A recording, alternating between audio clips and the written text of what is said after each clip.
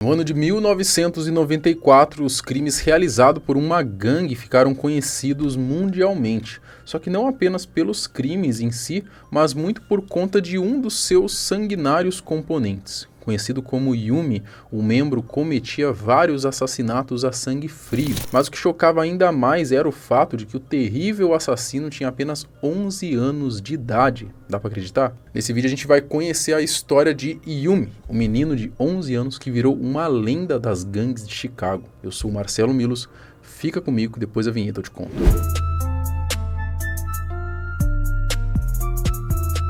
O Yumi, na verdade, ele se chamava de Robert Sandeifer. Ele nasceu no dia 17 de abril de 1983, lá em Chicago, Illinois. Ele ganhou esse apelido Yumi porque era o nome de um biscoito recheado que ele gostava muito, tá? Então é por causa disso que chamam ele de Yumi. A sua vida desde o começo sempre foi muito conturbada e muito por causa da sua mãe, a Lorena Sandeifer, que ela era uma garota de programa que teve mais de 30 prisões aí durante seu período de trabalho, sendo que grande parte delas era por conta de drogas, né? Já o seu pai, o Robert Akins, também não ficava atrás, já que não foi presente na sua vida, né, sendo preso por porte de arma. Então, infelizmente, aquele jovem garoto tinha tudo para dar errado mesmo na vida, né? E foi exatamente isso que aconteceu. Os abusos e a vida no crime. O jovem Sandeifer, ele foi abusado fisicamente desde criança. Antes de completar 3 anos, o Robert já tinha certa intimidade aí com o Departamento de Serviços à Criança e à Família. Isso porque exames físicos mostravam que Sandeifer era realmente abusado, né? O garoto vivia com queimaduras de cigarro nos braços e pescoço, além de hematomas que as autoridades entenderam que eram de espancamento físico.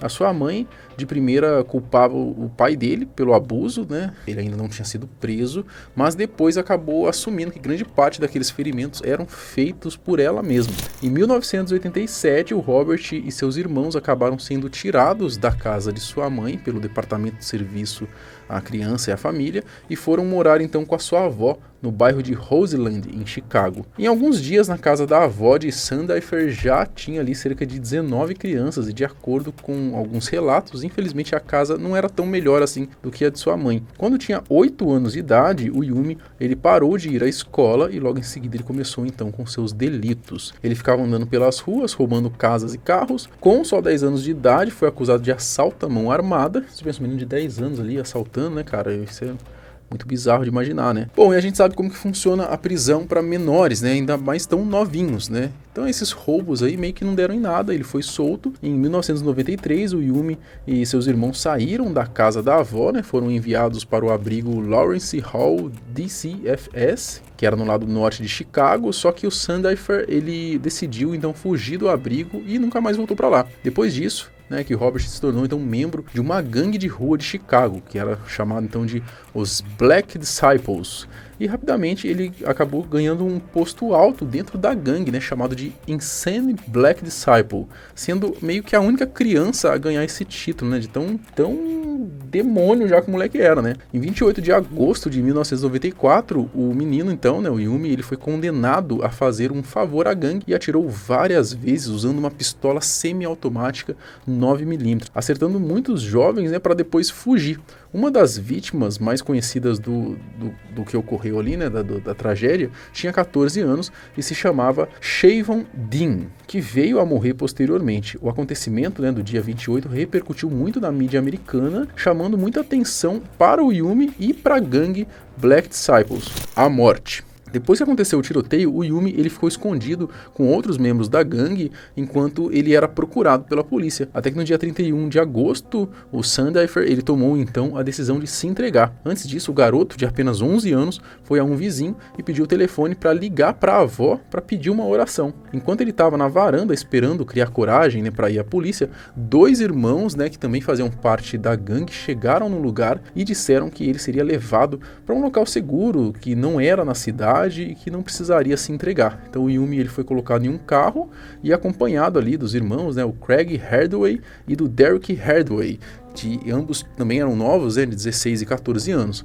E bom, infelizmente não aconteceu nada do que eles falaram pra ele, né? Na verdade, era uma trap, né? Fizeram uma casinha pra ele ali, né? Muito por conta do fato da repercussão que tava tendo aquele caso, né? E a atenção que eles estavam recebendo muito, né? Por conta do tiroteio, né? A gangue ficou com medo das autoridades receberem informações privilegiadas aí do Yumi, caso ele se entregasse, né? Eles não queriam que o Yumi se entregasse. E por isso, levaram ele a uma passagem subterrânea, num local um pouco afastado da cidade, né? Mandaram a criança então ficar de joelhos e deram ali 2 tiros na nuca dele. I know the little boy. I took some time out with him, and he seemed kind of quiet. You know, he respects me. A polícia de Chicago encontrou o corpo de Sandefur na madrugada do dia 1 de setembro. O seu funeral aconteceu no Centro Juvenil da Igreja de Deus em Cristo. No lado noroeste de Chicago, cerca de 400 pessoas apareceram por lá. O estado da avó dele era de dar pena, né? Chegou a ter uma espécie de documentário sobre o caso e com o depoimento de pessoas próximas, como da irmã do Derek e do Craig, né? E da mãe do Yumi. He was a nice kid, as far as, you know, me and my son, the time that I got to know him, he was nice to me. How did you learn about his death? A phone call. A phone call? Yes.